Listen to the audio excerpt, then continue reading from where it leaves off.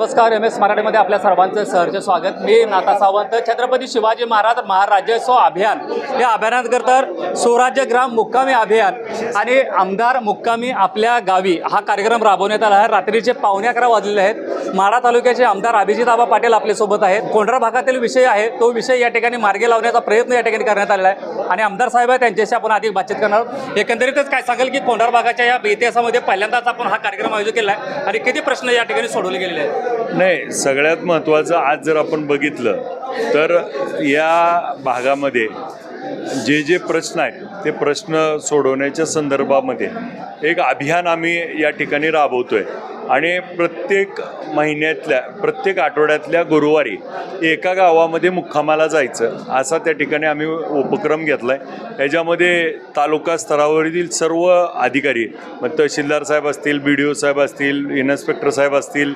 तिथं MSCB असेल, ज्या विभागाचे संबंधित PWD सहित सगळे अधिकारी हे सोबत त्या ठिकाणी आलेत.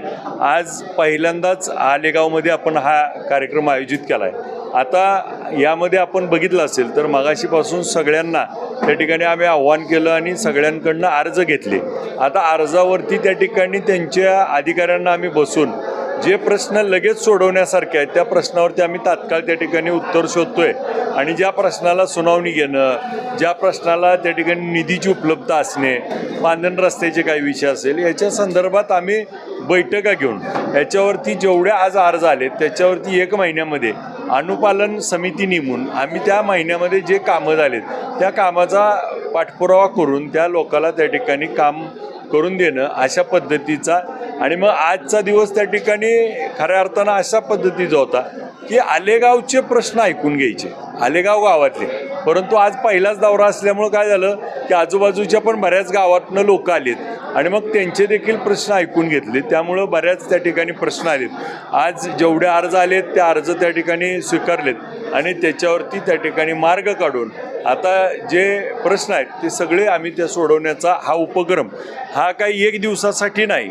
इथून पुढं जोपर्यंत त्या ठिकाणी सगळे गावाचा दौरा पूर्ण होत नाही तोपर्यंत प्रत्येक आठवड्यातल्या गुरुवारी आम्ही प्रत्येक गावात कुठल्या ना कुठल्या तर गावात जाणार आहे. साधारण आता प्रश्न जे आहेत ते किती सोडवण्यात आलेले? नाही, आत्ता जे आपल्याकडे प्रश्न आलेत जे त्या ठिकाणी पुनर्वसन जमिनीचा प्रश्न होता त्याची नोंद घेता येत नव्हती, त्याच्या संदर्भातला BDO साहेबांनी त्याचा अहवाल करून ती जिल्हाधिकाऱ्याकडे पाठवणे. मग हा प्रश्न जोपर्यंत सगळ्या तालुक्याच्या अधिकाऱ्यांपर्यंत आता काही रस्ता केसेस आहेत ज्या रस्ता केसेसची सुनावणी होणं आवश्यक आहे ते त्या ठिकाणी होणं. आता जे तात्काळ सोडवणारे प्रश्न आहेत ते त्या ठिकाणी तात्काळ सुटले आणि मग जिथं हायमास्टर द्यायचा आहे, निधी द्यायचा आहे त्याचा आम्ही प्रमा देऊ, जिथं सभामंडप द्यायचा आहे तिथं देऊ. जे प्रश्न आम्हाला आत्ता सोडवतो ते सगळे सोडवतो आणि उर्वरित प्रश्न आम्ही याची सगळी लिस्ट आउट घेतली आणि ते पुढच्या काळात 1 महिन्यामध्ये आम्ही सोडवू. साधारण पाहिलं तर या कोंढरा भागात बोललं तर सर्वात मोठा प्रश्न म्हणजे रस्त्याचा. या रस्त्याचा प्रश्नाकडे आपण कसं बघतो? रस्त्याचा प्रश्न आपण जर बघितलं तर खूप महत्त्वाचा आहे आणि आपण बघितलं असेल तर सरकार गेल्या 1.5 वर्षापासून रस्त्याचे राज्यातले अनेक कॉन्ट्रॅक्टर त्या ठिकाणी आंदोलनं करतात, ठिय्या करतात. आज बिलं मिळालेली नाहीत. एका बाजूला डांबराचे भाव त्या ठिकाणी दुपटी तिपटीपेक्षा जास्त वाढलेत आणि अशा परिस्थितीत खड्डे पडलेले रस्ते आणि याच्यासाठी सरकार त्या ठिकाणी उदासीन आहे. तर हेच त्या ठिकाणी समाजापुढं दाखवायसाठी आम्ही आलो आहे की सरकार त्या ठिकाणी काम केलं पाहिजे, सरकारने याच्यासाठी निधी दिला पाहिजे. आत्ता आपण काही भागातले रस्त्याचं बघितलं 2.5 वर्ष झालं का वर्क ऑर्डर दिल्यात परंतु त्या ठिकाणी रस्त्याचं काम अजून प्रत्यक्षात सुरू नाही. का सुरू नाही तर ते कॉन्ट्रॅक्टर अधिकारी आम्हाला खाजगीत सांगतात की त्या ठिकाणी सरकारची बिलच मिळत नाहीत. मग अशा वेळी त्या ठिकाणी विकास कुठंतरी होत असताना सरकारने याच्यावरती तोडगा काढणं आवश्यक आहे आणि आपण बघितलं असेल अधिवेशनात याच्यावरती वारंवार प्रश्न विचारला आहे आणि पुढच्या काळात देखील ही कामं होण्यासाठी आम्ही सातत्यानं पाठपुरावा करू. आता रस्त्याच्या कामासाठी आपण बघितलं असेल तर पांदण रस्त्याची मुख्यमंत्री पांदण रस्ता ही महत्त्वपूर्ण योजना राबवण्यात आली.